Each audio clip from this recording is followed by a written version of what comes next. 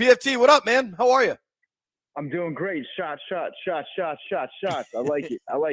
Let's get into the weekend, guys. Let's go, baby. It is that time, dude. I want to start. I'm not positive, but I think you're a doctor. What do you think the best course of action is with Jayden this weekend? I think your rib's a long way from your heart. I think you got to gut this one through. Don't look me up in the physician's desk reference or whatever to make sure I'm right about that. I don't know if I am, but it's a pain management thing. And there could be some ribs that, like, if they're cracked, they can cause further damage. But without seeing his medicals, I can tell you that a lot of rib injuries you can play through. It's just a pain tolerance. So that's just me. I broke my foot, and I still did the podcast later on that day. I might be built different. You know, sometimes professional athletes don't know about that grind of the content life, but I could muscle through it. Did you put any pressure on that foot? That's neither here nor there. Podcasting is a contact sport. Sports media is more of a sport than sports is sometimes. You guys know that, but no, seriously, like I think I'm just going to trust the doctors on this. I think he's going to try to play. I think he'll try to give it a go. We'll see what happens today. I love the report yesterday from Schefter that he was planning to attempt to try to practice today. That right there, listen, man, I think Schefter does a great job. It was probably one of the best ever, but that was some straight BS right there to try to he was planning to attempt to try. Yeah, that's a bunch of BS is what that was. Yeah, there's a lot of people out there that are planning to attempt to try to get laid out there this weekend too. You know? How many of them going to succeed? Myself included. Yeah, planning to attempt to try. Well, PFT, what's going to be kind of cool, they're set to take the practice field here in like 4 minutes. Are they going to plan to attempt to try to practice today? I think most of them will just practice, not plan to attempt to try. So we'll know at least if Jayden goes out there to plan to attempt to try to practice. I'm an AWL. I listen to your podcast, all of them, all the time. You sound like you are having so much fun with this Commanders season. How different does it feel for you as a dude that's a national analyst personality that largely has been made fun of for your burgundy and gold fandom, and just how different it is? Yeah, I have been. Like, I've been a easy target for a lot of people with my DC sports fandom over the years, and it's going in kind of waves. So a lot of people are happy. They're happy to see the Commanders playing well. It's been a fan base that has longed for a season that has started like this for a long time. So a lot of people are happy about that. But I'm starting to see a little shift, which I kind of like. I'm Jealousy. starting to see a shift, and it's no fun when the rabbit's got the gun, right? Yep. Like people are like, okay, well now you're having too much fun. Now you're saying all this crazy stuff like you think Jaden's the second best quarterback in the NFC right now, and like you're getting too cocky. Like, who are you to be cocky right now? So there's a little bit of that where it's like they're nice to you until you're a threat to them, and then now they're like, I hate this guy. But this is, to be fair, this is what I wanted. I wanted to be relevant enough to be hated. So I'm cherishing this, and honestly, I'm just having so much fun watching this team and reading all the articles about the team. I'm addicted to watching the YouTube videos and breakdowns and stuff like that. So I'm just enjoying it. Like, I don't know where the season's going to take us. I hope it takes us to the playoffs. I don't have any delusions beyond that, but I'm just having a good time. I'm along for the ride, and I'll go as far as they'll take me. Just think of it like this, man. People don't hate people that aren't good. People don't hate on people that aren't good. So when people start hating on you, you know something is happening positive in your life. Exactly. Yeah. So I look forward to gaining more haters because that means that things are going good. Let them be, and let those be your motivators. Yeah, it's been fun, and I do feel like a lot of the other fan bases that have historically been let down over the years. I'll say like the Browns, the Lions, teams like that. I root for those teams, and I feel like we've got kindred spirits in some ways where it's like if you can make it out of this, good for you. We're rooting for you. So I'm getting a lot of support from those fan bases and a few others. But starting to see like I'm getting some Philly hate, which I love. I absolutely love. There's a bunch of Philly guys. Wait. You just getting that? They hate everybody. Yeah, well, they do hate everybody. But for a while, it was like, okay, we're going to hate Dallas, and we'll think about you guys, 2 days out of a year.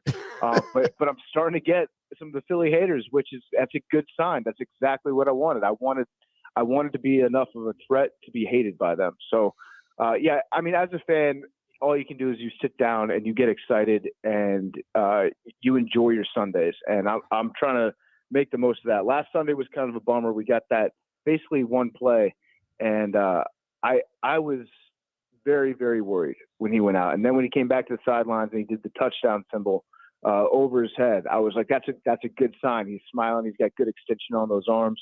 I started to break down the injury from like the first second that it happened. So I hope that he plays this weekend. If he doesn't, maybe Mariota can do it again. He looked good against the Panthers, but again, they're the Panthers. So we'll see what happens. Yeah. I think Mariota has absolutely the right mentality about his role. And I think that matters a lot because, I mean, I'm not making any comp to Robert and Kirk, right? Like they were both drafted in the same class, which complicated things. You know what I mean? And then Robert legit was worried about losing his job. And then did they call him to play any of that? There's none of that this time. If Jayden needs the time, I think organizationally, honestly, PFT, if you think about it, you had Dan getting involved in Robert's injury and like consoling him in the locker room. All of these things that in hindsight are just so batshit crazy. and that Harris is can I not say that? No, Harris, not really. Sorry. You can say bad-ish, S, but wow. You worse than me. I love that. It's a Friday, baby. JP's breaking out all the words you're not allowed to say on the radio. I plan to attempt to try to stay on the air. But you know what I mean? It's just like, so different now. It would be like if Sam Hartman got the nod and he went out there and threw for like 8 touchdowns or something against the Bears. But yeah, it's different. Mariota, I think he can do some of the same things kind of when he was at his best. I think he can run with the ball a little bit. He's relatively mobile. Yep. And if he can, figure out the Kingsbury system and, just kind of keep the chains moving and be a game manager, I think, we'll have a shot. The big concern for me is our defense. We looked good last week, but obviously, again, it's the Panthers. The Bears have a lot of weapons on the outside, and not only that, but they got a lot of big weapons on the outside. Like they got some tall wide receivers, and I think that could be a real problem for us. And I also I'm afraid of Montez Sweat revenge game. That's what I'm terrified of. We had a caller yesterday say that too. I mean, why? I mean, like the whole thing about it. Like let's be real. It doesn't always happen when somebody come back to play a revenge game. Sometimes you have people that leave and they come back and you show them why you let them go. Yeah, that's very true. So I don't know if he'd have anything to have revenge for. Like at the end of the day, they got him paid. We got him paid, right? And we got him to a team with a good defense and a city that's got a good quarterback setup coming in as well. I don't think he's like, I don't know. I don't want to speak for Sweat, but he doesn't seem like a guy that would be like completely spurned. I wouldn't say that we ran him out of town or we did him wrong in any way. I just know how good he is and how much I didn't want to let go of him because he's a beast. So that's what I'm worried about. It's maybe less the revenge factor and more of just, I know how good this guy is and I know that he can make a big impact on the game. So I'm concerned about him getting after, if it's Jayden or if it's Marcus, whichever way it is, that's a guy that I'm very worried about. All right, I have an update. Live update here on the Fan.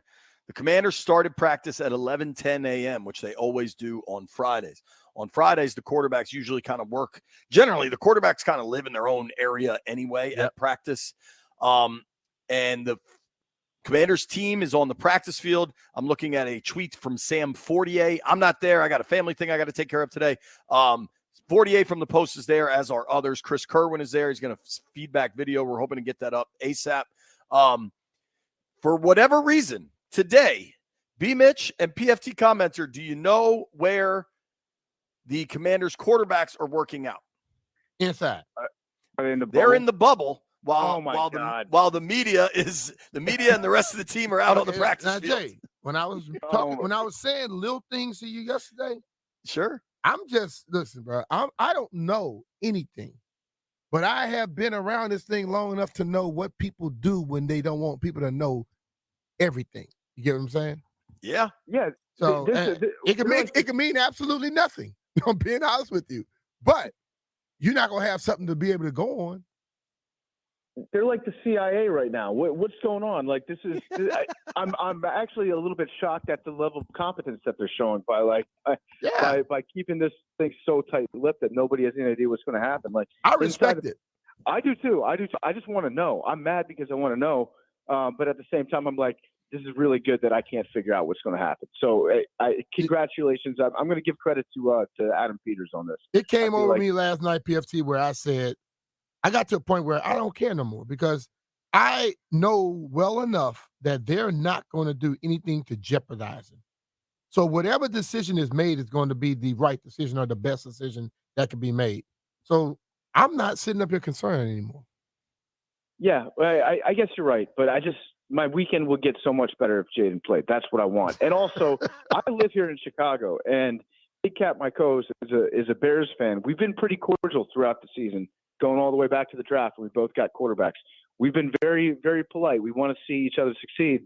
Big Cat took the gloves off earlier this week. He went to a live comedy show, and he made a little comment because they were giving him crap about Caleb Williams. So he made a little comment that Caleb was so much better than Jayden Daniels. So we got into it a little yesterday on Part of My Take, and I need Jayden to play because we got a tattoo on the line. If the Commanders lose, I got to get another tattoo. Where is the tattoo going? I don't know. What is it? Probably we don't have that figured out yet. I think it's like dealer's choice. Like you can get whatever tattoo you want, but it's last year was kind of a weird scenario because that was a Thursday night game, and Dick Butkus passed away like an hour before the game, and the Bears came out with like all this emotion, and the Commanders just didn't. So we were flat.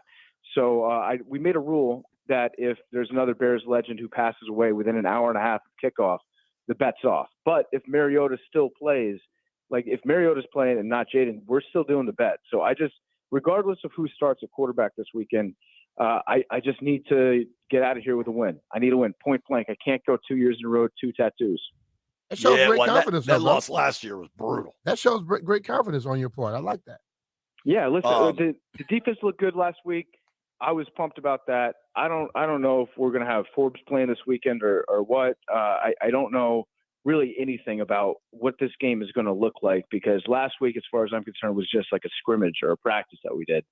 So, and the Bears have the same knock against them as the Commanders have against us, which is the teams that we've beaten haven't been the best teams. And even the decent teams that we've beaten, like, for example, the Bengals, I think that they're a decent team.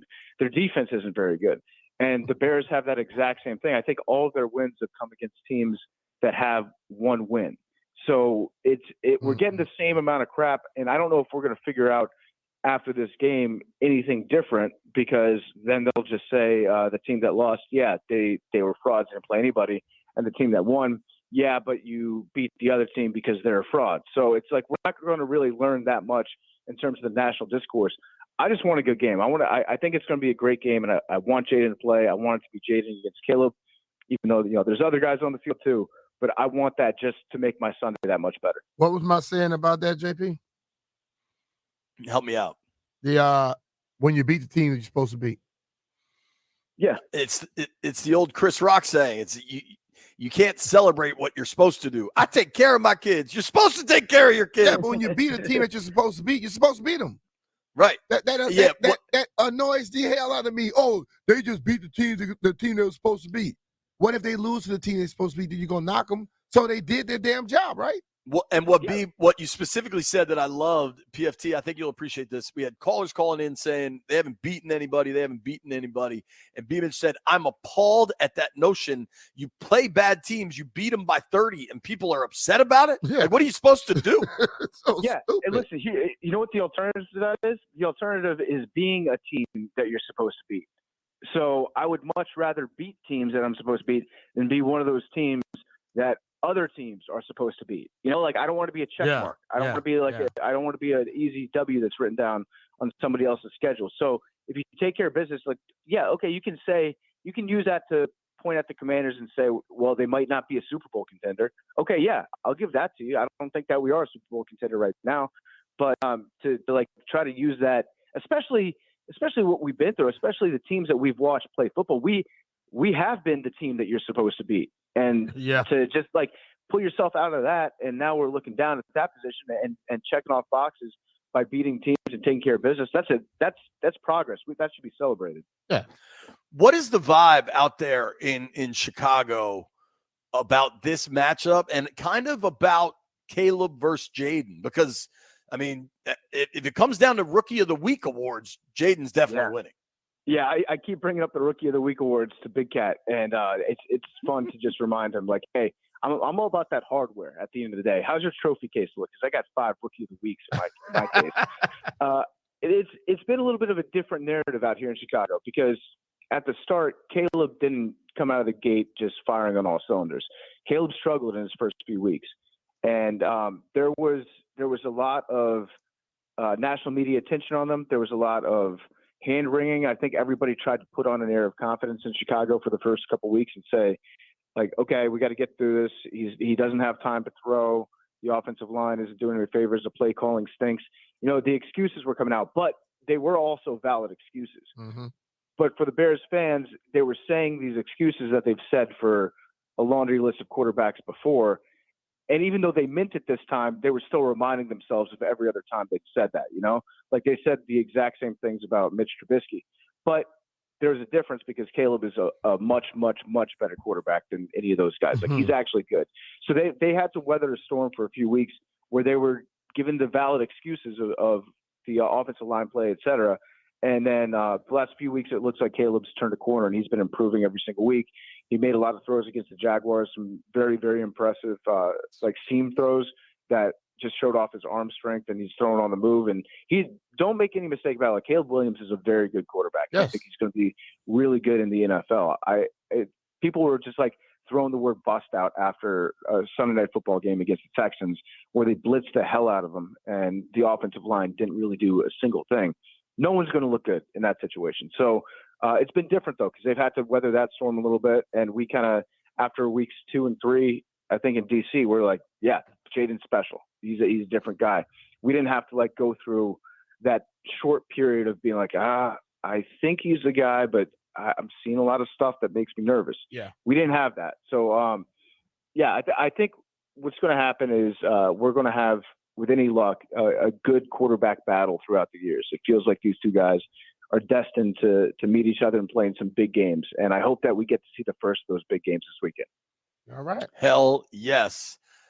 What do you think happens? Let's get a PFT prediction. Week 8, the Pardon My Take Bowl. Well, I said on Sunday, I reported that Jayden Daniels is going to play this weekend. I will not give up my sources. My sources might have just been inside my own head on that one. That's the same sources half these people have. So who knows? That's true. And I get fined. That's the same sources the Stafford trade guy had.